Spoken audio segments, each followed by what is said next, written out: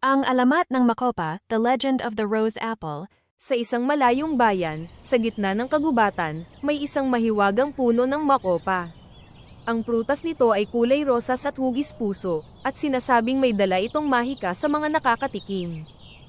Isang araw, naglalaro si Lia malapit sa kagubatan nang makita niya si Lola Taling na naglalakad. Lola Taling, totoo po ba ang alamat ng makopa? Oo, iha.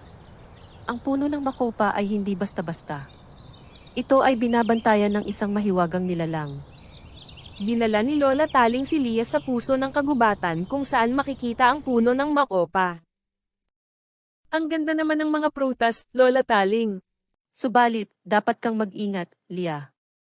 Ang puno na ito ay binabantayan ni Kalbo, ang makulit na unggoy.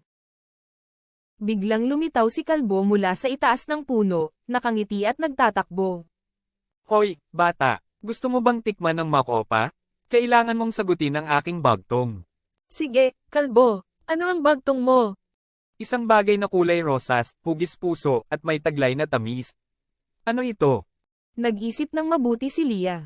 Tumitingin sa puno ng makopa, napangiti siya. Alam ko na, ito ay ang makopa. Tama, ikaw ay matalino, bata. Heto ang isang makopa bilang gantimpala. Kinuha ni Lia ang prutas at kinain ito.